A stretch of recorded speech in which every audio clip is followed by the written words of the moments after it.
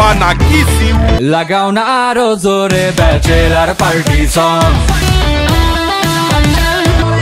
লাগাও না আরো জোরে।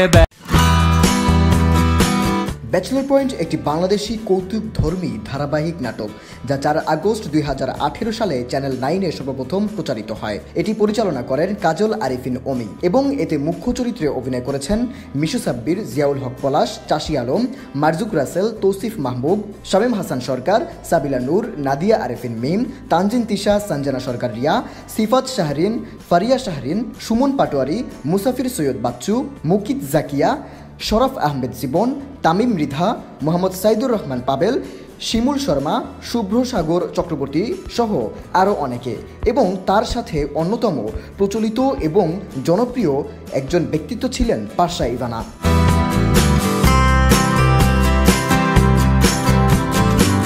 ব্যাচেলর পয়েন্ট প্রথম মৌসুম 31 জানুয়ারি 2019 সালে শেষ হয়। দ্বিতীয় মৌসুম শুরু হয় 21 নভেম্বর 2019 সালে। কোভিড-19 প্রাদুর্ভাবের কারণে 4 এপ্রিল 2020 সালে এটি অস্থায়ীভাবে শেষ হয়।